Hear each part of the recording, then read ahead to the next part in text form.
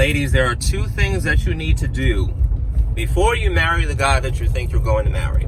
Now, there are a whole lot of things that you should be doing. There are a whole lot of things that you should be considering. I am not a relationship expert, okay? I am not a relationship guru. I am not a woman relationship dating whisperer. I am none of the above. I am just a dude that has had the honor and privilege of working with women of and from all walks of life for the past 10 years in every kind of relationship experience that you could imagine. And based on those 10 years, I've come to the conclusion that these two things are absolutely necessary, a necessity, and vital to do if you think the man that you are dating is the one that you're going to marry. Because if you do not do these two things, you're going to complicate your life. Trust me when I tell you, not try to make absolutes here, just from the patterns that I've been watching. And if you have a different perspective, you have a different idea, you have a different thought about it, let me know in the comments below. We can hash it out. I'm all about having conversations with people that disagree. Just disagree gracefully. That's my only thing. You can disagree in the comments below. Just disagree gracefully. Here are the two things you need to do. The first thing you need to do is ask a lot of questions. Ask a lot of questions about everything. It is amazing to me, in the course of working with, coming alongside of, supporting women, how many women insist on getting into committed relationships with men and they do not ask important questions. There are a lot of questions you need to be asking the person that you think you're going to be spending the rest of your life with. Questions like, what is your faith? Are you a Christian? For those of you that on this channel that are of the Christian faith, if you're not, it still applies. What kind? Okay, here's the thing. If you are a Buddhist and he is a Christian, let me just tell you, I don't care what anybody says, at some point, somewhere along the line, that's going to be a problem. Those belief systems are two totally opposite belief systems, and there's going to come a point in time where there's going to be a clashing of sorts. You need to get the belief system thing hashed out. Let me say this though. Just because they're saved, quote, just because they go to church and talk in tongues, or maybe even go to a church, a mega church that you really respect, with a pastor, a mega pastor that you really like, that don't mean you marry him neither. He could very well be a demon in disguise. You heard that from me. Now don't be dumb. Don't be dumb. Just because he say he go to church and he love God. He can go to church and love God and be crazy as fill in the blank.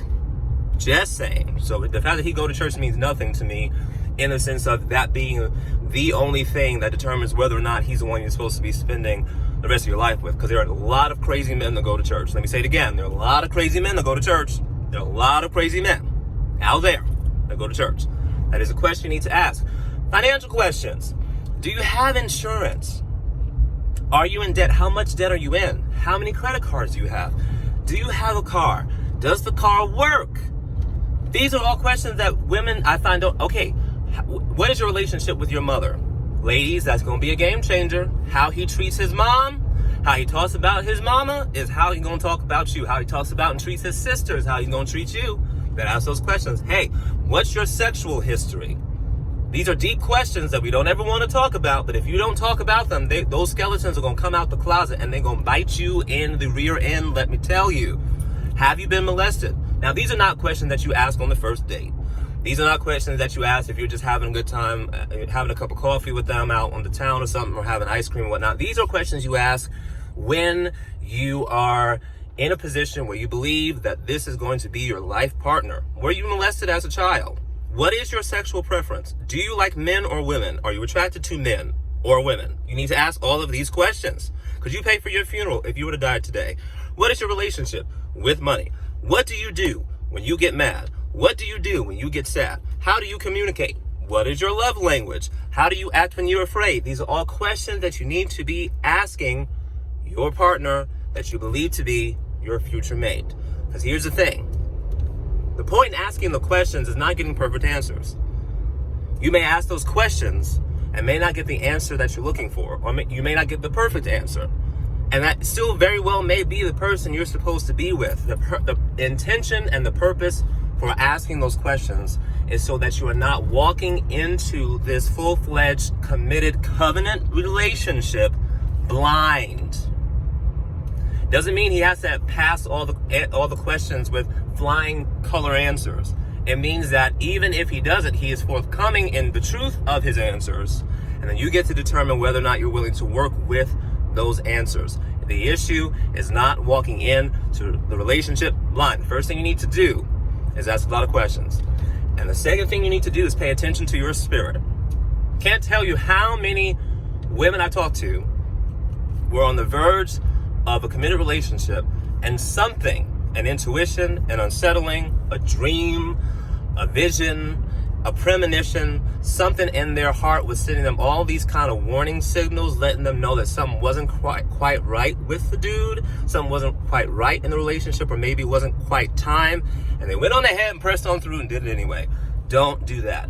Your spirit as a woman is far more in tune than you give, is far more sensitive, far more keen, far more in tune than you give yourself credit for.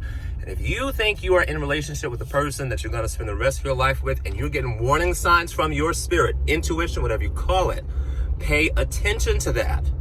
Don't ignore that, because if you do, you're going to experience heartache and heartbreak down the road, and you're going to be mad and angry with yourself because deep down you knew it was the case. Ask a lot of questions. Pay attention to what your spirit's telling you when it comes to a man that you think you're going to be spending the rest of your life with. So those are my thoughts for the day, reflections for the day. Let me know your thoughts in the comments. If you like this video, like it, share it, subscribe to this channel, click the button for notifications so you can know when I have new videos coming out, and I will talk to you again soon. Ciao.